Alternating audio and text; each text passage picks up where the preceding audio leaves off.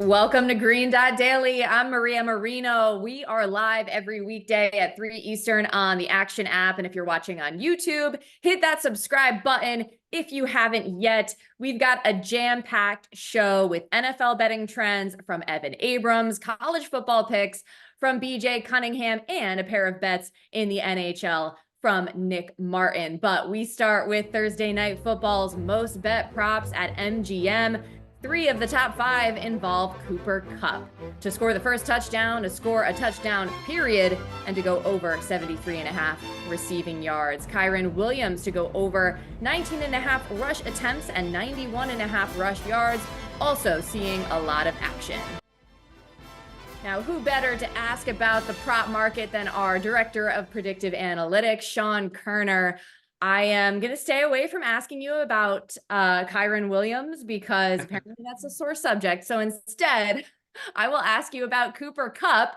He's been balling out the last 2 weeks, 115 and 111 yards, respectively. What do you make of this matchup for him? Well, first of all, you can ask me about Kyren Williams all you want. But yeah, when it comes to Cooper Kupp, initially my projections were showing quite a bit of value on his under. But once I did my deep dive and updated projections, it makes a lot of sense that his props would be boosted here because he shreds man coverage, and the Saints use man coverage at the 4th highest rate in the league.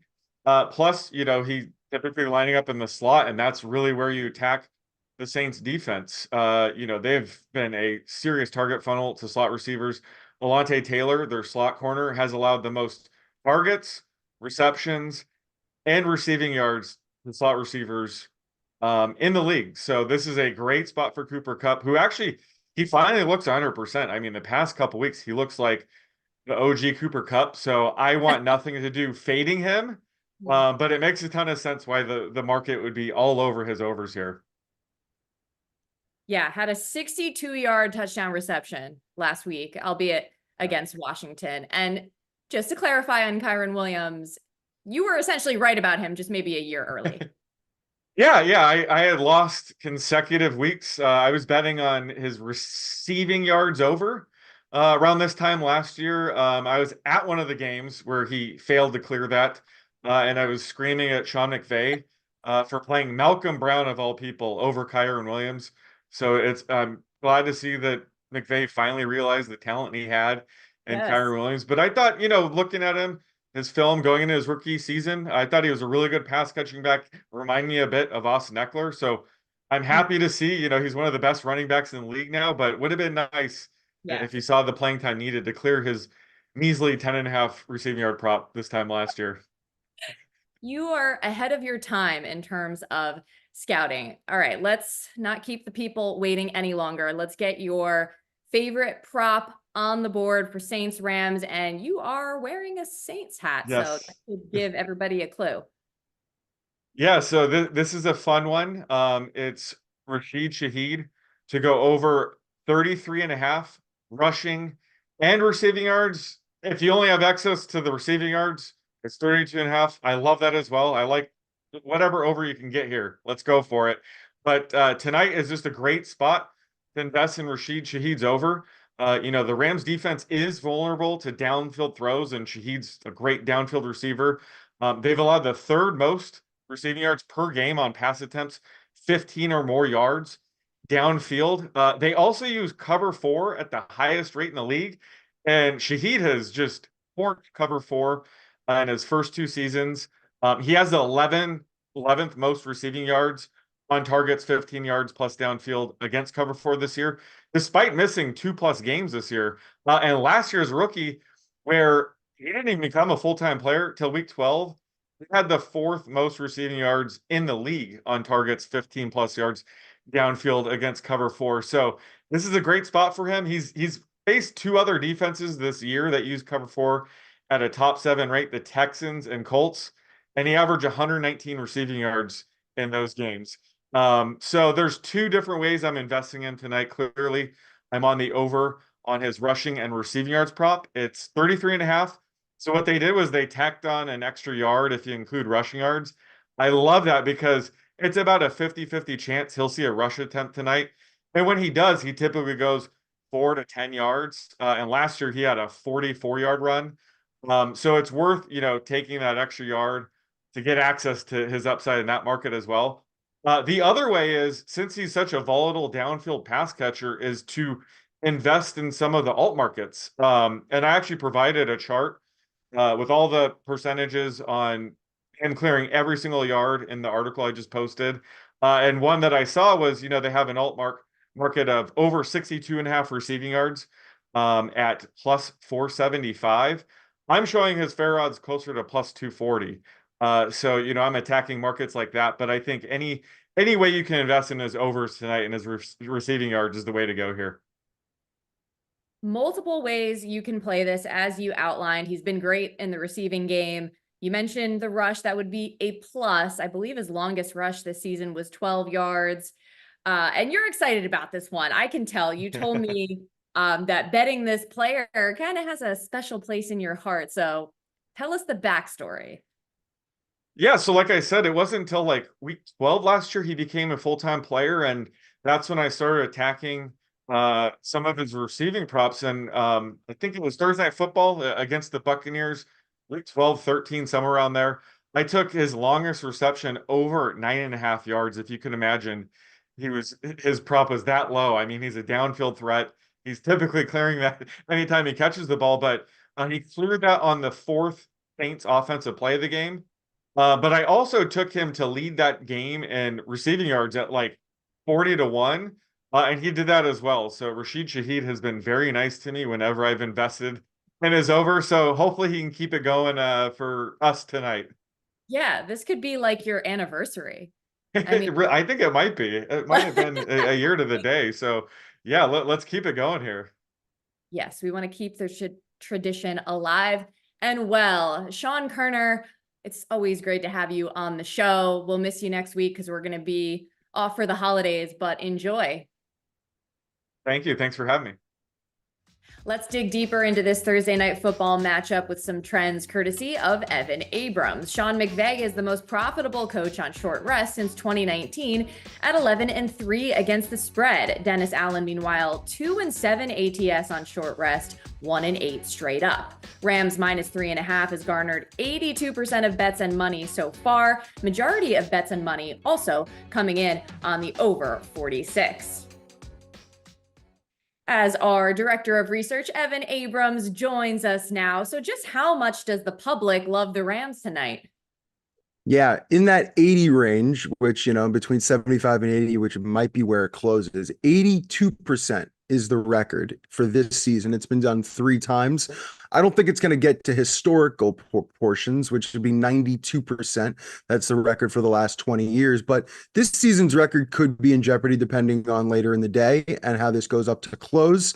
But right now, we are seeing a little bit of Saints love in the market. Down to 3.5. It was a 4 range. And that bet percentage that I'm referring to is like 95% 24 hours ago. So you're saying some Saints stuff in the market. Well, I wonder if the public the Rams might have something to do with the coaching aspect, because there seems to be a bit of a mismatch when it comes to time of preparation for these Thursday games. So can you just elaborate on that?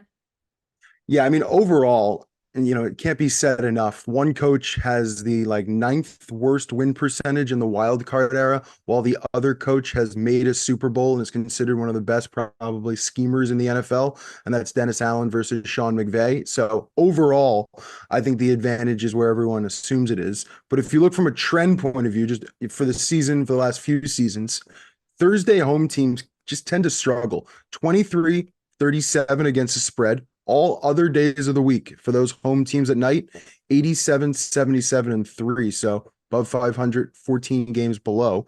And then you just look at straight up, right? Since 2020, home teams Thursday night, 30-30 straight up. All other nights, 99 and 68 straight up, 59%. So there's just something about that short rest that kind of evens out the playing field, Maria. Yes, and we've seen that before, but again, with the coaching situation, that might be negated a little bit. Sure.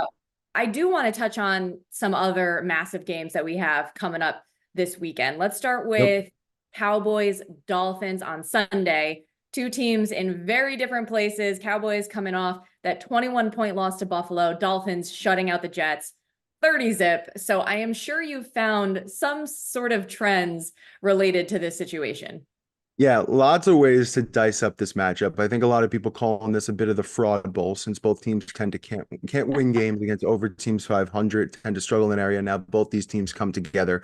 But the trends when you're talking about, struggling last week versus teams who had done well last week. So teams who have lost by 17 or more, playing a team that won by 17 or more, 59% last 20 years. Now that's the Chargers and Cowboys this week. Now, even further, teams to lose by 20 plus, facing a team who didn't.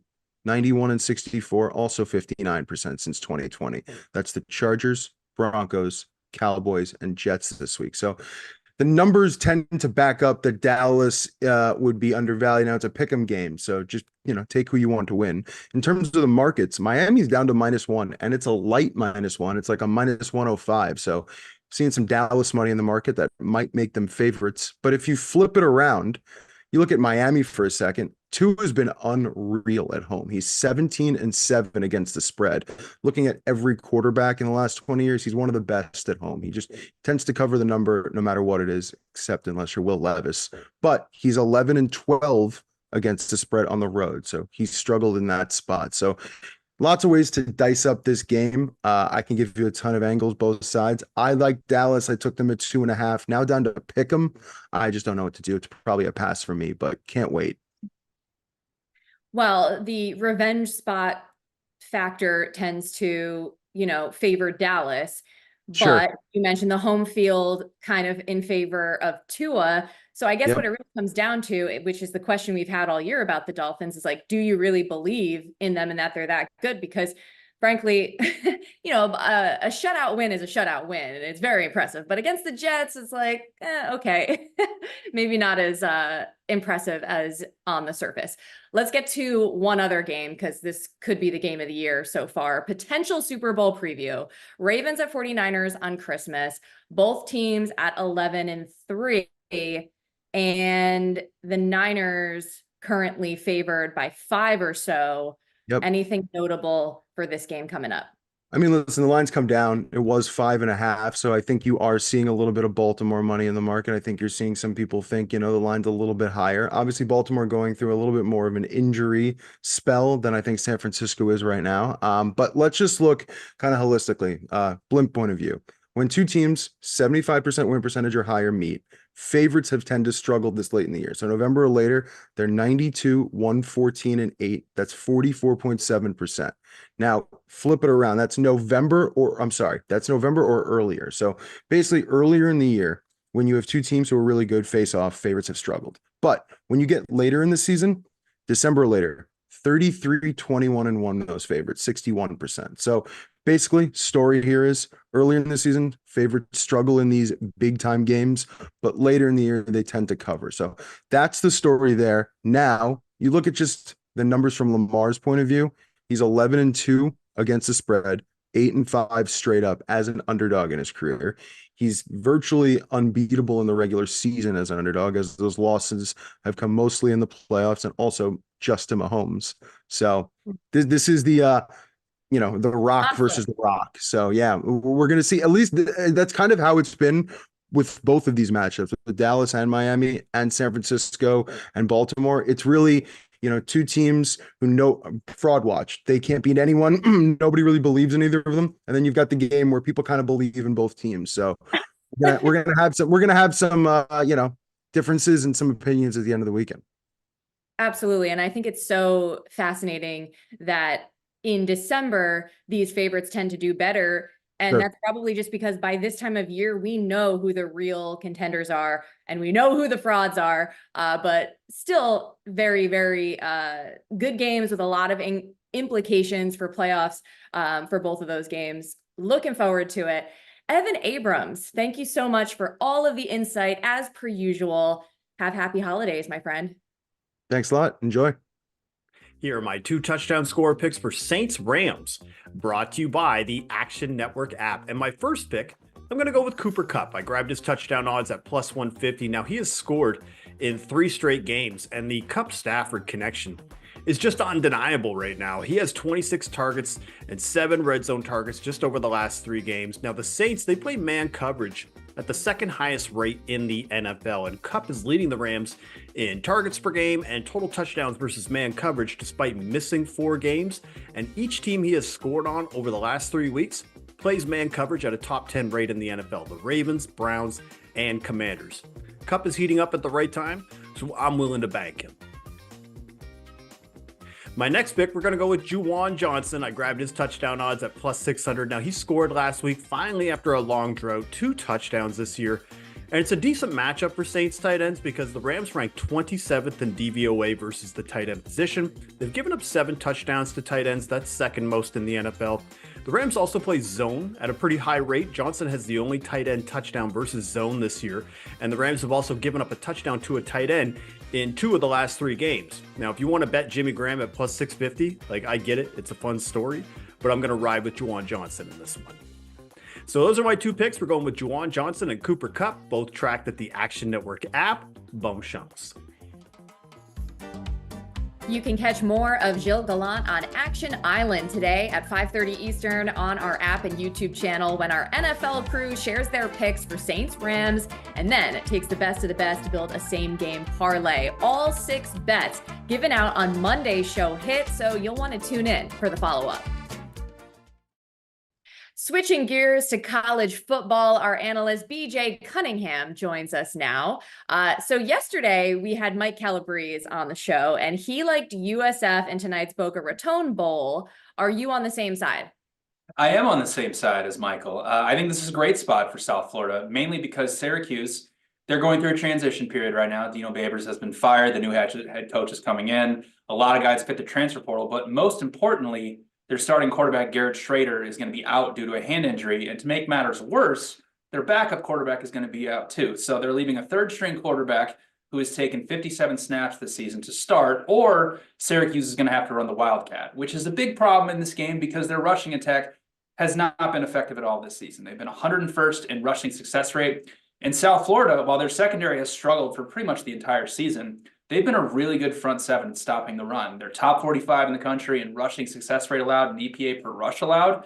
But they should be able to dominate this game in the trenches because Syracuse's offensive line has not done them many favors in terms of creating running lanes outside the top 90 in both offensive line yards and stuff rate allowed, while South Florida is top 30 in the country in both of those categories defensively. The other side of the field, South Florida has a dynamic dual threat quarterback in Byron Brown, who is a decent passer, but a much better runner. This season, he averaged over 6 yards per carry, had 30 runs of over 10 plus yards, and forced 49 missed tackles. Syracuse, when defending QB runs this season, allowed a 51% positive EPA play percentage. So they're going to have a lot of difficulty bringing Brown down in this game. And we always have to handicap motivation in these bowl games with how many opt-outs and coaching changes there are. South Florida last season only had 1 win, and they have risen up under a new head coach to get to 6-6. They are incredibly motivated to get to 7-6 and get a winning season, given how bad last season went. So I love the Bulls plus 3.5 here. I don't think Syracuse should be favored with a third-string quarterback or having to run Wildcat. There are quite a few Syracuse alumni here at Action Network, as you know, that aren't very happy about this. However, that's okay. Maybe better luck next year because Kyle McCord is transferring from Ohio State. Perhaps something to look forward to there. Okay, let's look forward to this weekend now because, of course, a bunch of other games going on. What's your favorite pick on the board? Yeah, I love Northwestern plus 6.5 against Utah. Another situation here where Utah, both of their quarterbacks have hit the transfer portal, and they're going to be on a third string who has only attempted 10 passes this season. So the onus is going to be on their offense to be effective with their rushing attack, which they really haven't done this season because they're outside the top 70 in both rushing success rate and EPA per rush. While Northwestern, defensively, they've been bad in the secondary, but they've been pretty good up front. 46th in rushing success rate allowed, but also over these last 4 weeks when they've had this hot streak, they've been really good at limiting explosive rushing plays, had one of the lowest explosive run rates allowed in the entire country and only a 41% positive EPA rush percentage allowed. The flip side of it is Utah's defense is the reason why they have been so good this season, but they're going to be missing 3 starters in their front 7. And while Northwestern's offense really hasn't been that effective, both running or passing the ball this season, they've been really good with their scoring opportunities. 27th in finishing drives and 16th in red zone scoring percentage, which is really big in this game. And in terms of motivation, I mean, Northwestern, again, this is another situation where they had one win last season. They had to fire Pat Fitzgerald due to the hazing scandal. Dave Braun comes in and they win 4 of their last 5 games to get to bowl eligibility. They're incredibly motivated to win this game. That might be the most motivated team during this entire bowl season. So with Utah having a 3rd-string quarterback, I really don't understand why these lines are this high when the quarterback situation is this bad for these favorites. So I like Northwestern plus 6.5 due to the motivation and the fact that Utah is on 3rd-string quarterback. There you go. So expecting Northwestern to keep it competitive, or maybe even better than that, this Saturday at 7:30 Eastern. That's over in Las Vegas at Allegiant Stadium. BJ, thank you for the tip. As always, enjoy your holidays. Thanks. You too, Maria. To hockey, check out these home road splits for the Carolina Hurricanes. They're 9-2-3 at home, but 8-10 away. Goals for about even, but allowing 60 on the road as compared to 42 on home ice. Goal differential also plus 10 at home compared to -7 on the road. As we say hello to our NHL analyst, Nick Martin. So the Canes are on the road tonight in Pittsburgh, but you like them on the money line. So what gives you the confidence in this spot? Yeah, so first I'll touch on kind of the home and road splits because it's something I hadn't even necessarily paid that much attention to. And I do think in time it's going to level off. Carolina was 24-11-6 on the road last year. They're a really proven roster. It's kind of a surprising number to hear, but it's just one of those things. They've won their last 2 road games entering this game, which kind of shows me. I think it's just something that's going to continue to stabilize. And that's like with all the numbers with Carolina. They really do just look like a complete top roster again. They're among the Cup favorites. They deserve to be among the Cup favorites. The underlying results from the recent play has been really good. When I came on last week, we picked them to beat Detroit and score 4 goals. They ran really bad in that game to only score 2 goals, but their play was really impressive. Yet again, I look at this team and with Svechnikov back, it's just a really deep roster that deserves to be power rated as one of the best in the league. If they get any kind of goaltending, which Kochekov's given them 5 or 6 good starts in a row, gives us a little faith. They're one of the best teams in the league. I was surprised to see them priced this close to a somewhat flawed Pittsburgh team, and that's kind of coming from someone who, if anything, is kind of credited Pittsburgh more than most. But they still can't defend the rush very well. They don't manage the puck well when forechecked. So I think it's a good spot. I'm having a hard time seeing how Carolina's not a bigger favorite in this matchup. Well, good to have that context. And while you're here, Nick, we might as well get a prop for tonight also. So which game are you targeting in that regard? Yeah, I'm targeting what will be a popular prop game for sure with the Leafs taking on the Sabres. The Leafs just continue to play such high event hockey. Really just a lot of consistently back and forth games for both teams. They cannot defend overly well at all. They've given up the 5th most shots in the league over the last 10. That makes sense when you look at the personnel. And it should set up another good game script to target one of Buffalo's stars. They'll probably be trailing, but in a matchup where you get a lot of chances, which is kind of a rare game script. So I like going with Tage Thompson here. He looks like he's kind of starting to find his game after an injury. And I think getting around plus 130 for him to record 4 shots is kind of a number we wouldn't normally see in this spot. So you're getting a little credit for the fact that he's kind of down volume-wise. But yeah, I mean, in this matchup, Don Granato's job is potentially on the line, depending on what rumblings you want to rate. So I think it's a good time to kind of buy on Buffalo's top line in a good matchup. And yeah, Tage is my favorite target. Gotcha. So Coach Granato kind of in desperation mode, probably going to want to play his stars quite a bit, ride them. And Buffalo, unfortunately, second to last in the Atlantic Division right now. Nick Martin, we appreciate you coming on. Enjoy the holidays. Yeah, you too. Thanks, Maria.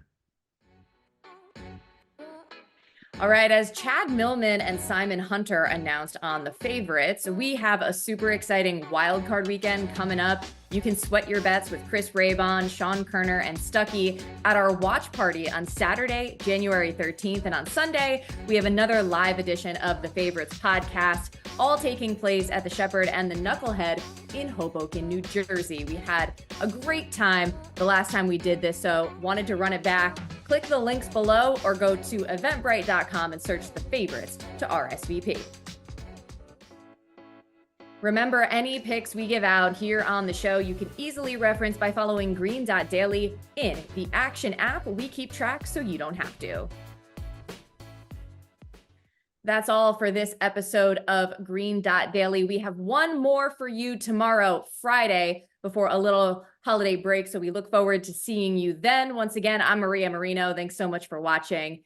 And I'll be back Friday at 3 Eastern on the Action Network YouTube channel and the Action app.